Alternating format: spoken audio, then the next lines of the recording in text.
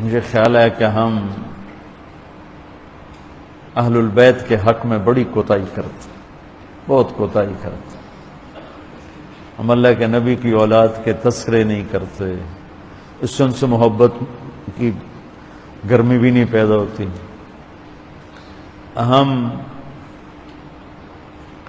تم میری اولاد کی برائیاں میرے سامنے شروع کر دو تو تم مجھے اچھے لگو گے، اور میرے سامنے آ کر میری اولاد کی تم تعریف شروع کر دو، چاہے مجھے پتہ بھی ہو جھوٹی تعریف کرنا، تو بھی میرا دل خوش ہو جائے گا۔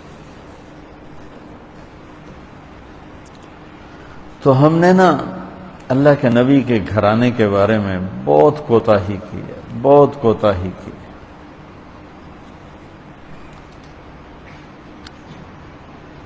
تو تم سنتے رہتے ہو، میرے ہر بیان میں اہل بیت کا تذکرہ ہوتا، اور یہ میرا ایمان ہے کہ یہ میری بخشش کا بہت بڑا وسیلہ ہے اگر اللہ کے ہاں قبول ہوگی۔ ریاکاری میں مردود ہو گیا تو وہ تو الگ بات ہے، اور جو اس کا ہر فیصلہ حق ہے، لیکن اگر میرے اللہ نے قبول فرمایا تو میرے بیانوں میں میری سب سے بڑی متاع میرے نبی کے گھر کا تذکرہ ہے۔ میں اس سے اندر کی محبت سے بھر کے کرتا ہوں،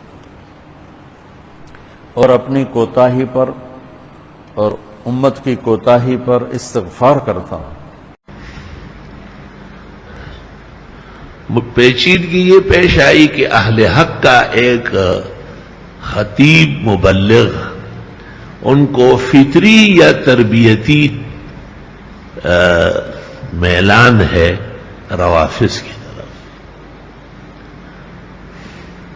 اور وہ اس سلسلے میں تقریباً حدود سے متجاوز ہو چکا ہے۔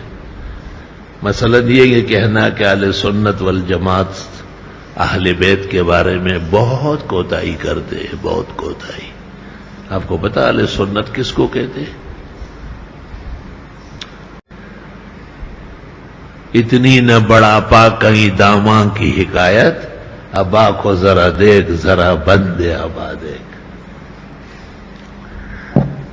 اس لیے یہ شخص عقائد اسلام کے لیے، مسلمانوں کے لیے انتہائی خطرناک ہے، کیونکہ اسلام کے بجائے غلط لوگوں کا نمائندگی بھی کرتا ہے،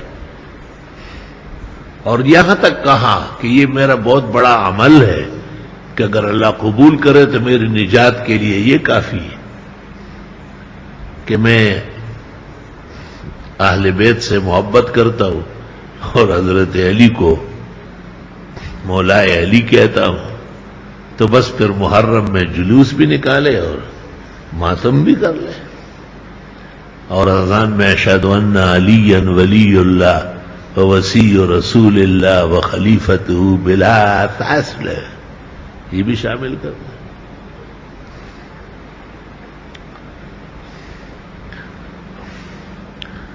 توبہ استغفر اللہ۔ اور جب کبھی ہم پوچھتے ہیں، چونکہ بڑی دوستی رہی ہے، بہت تعلق رہا ہے، کراچی جب بھی آیا جمعے کی نماز یہاں پڑھی، تو کہتے ہیں اچھا غلط ہو گیا، اور ہو میرے جی ہمارا علم تو سطحی تبلیغی سا ہے، ہمارے یہاں تحقیق واقعی دیکھیں آپ خوش ہو جائیں گے، کمزور ایمان والا، لیکن اس نے کام تو دکھا دیا ہے۔ دا بدو دا بدی دیو دا دائرہ تا مڑ کو ننے بیارہ کا رشبی دی، وہ جو کیسٹ شائع ہو گئے، سی ڈی چل پڑی، نیٹ پر پورے عالم میں ریکارڈ ہو گیا، وہ کام یہی کام تھا اس کا۔ واردات کا ہی بھی ایک طریقہ ہے۔ توبہ۔ مجھے بہت افسوس ہے کہ اپنے بعض لوگوں نے مجھے ایسا مصروف کر دیا کہ مجھے بہت بڑے کام کرنے نہیں پڑ رہا ہے۔ خیر میں کیا عاجز فقیر آدمی۔ اس سے ایک پتہ چلتا ہے، وہی پدمنئی پشا خیلانوں کی پیدا کی کہ کوئی ایسی جماعت جس کے اساس اور فروع کمزور ہو، شاید اس میں قیمتی آدمی پیدا نہ ہو جائے۔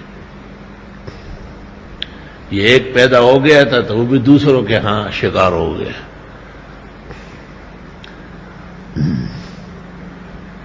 علماء اہل سنت نے ایسے موقع پر کالے لباس سے منع کیا ہے تاکہ تشبہ بالرفس نہ ہو۔ علماء اہل سنت نے حرمین وہ محرم الحرام میں تذکرہ کربلا، شہادت حسین وغیرہ سے ممانعت فرمائی۔ دیکھی مولانا عبدالحی کی کتاب بنفع المفتی والسائل بجمع المتفرقات المسائل۔ لیکن یہ بے احتیاطی بہت اس کی طرف سے ہو رہی ہے۔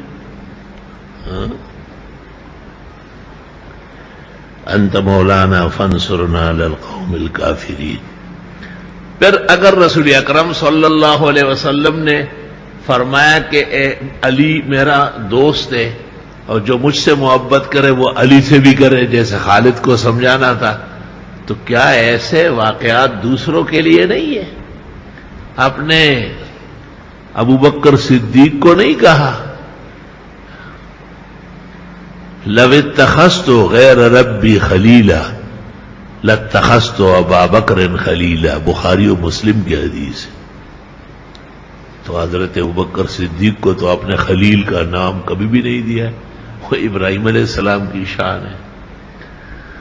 حضرت عمر کو آپ نے کہا لو کان بعدی نبی لکان عمر، مصنف ابن ابی شیبہ اور ترمذی شریف۔ تو آپ نے اس قسم کا کوئی صیغہ عمر کے لیے استعمال نہیں کیا۔ حضرت زبیر کو کہا لکل نبی حواری وحواری الزبیر، زبیر بن العوام کے ساتھ کہیں بھی لفظ حواری آگے چل کر بطور تعارف کے نہیں بولا گیا۔ ابی بن کعب کو آپ نے کہا اقرأ هذه الامہ، ان کے نام کے ساتھ بھی کوئی آداب نہیں ہے کہ ہر وقت جو ہے نا اقرا کہا جائے۔ اور ابو عبیدہ بن الجراح کو آپ نے کہا امین هذه الامہ۔ تو میرا مطلب یہ ہے کہ اس قسم کے اصطلاحات کے استعمال کرنے میں اس کی طرف سے کوئی حقانیت اور ربانیت نہیں ہے، بلکہ رفض ہے اور غلط موقع پر پھسل جانا ہے اور حق سے محروم ہونا ہے۔ اس لیے ان کے بیانات اور تقریریں سننے میں احتیاط کی جائے۔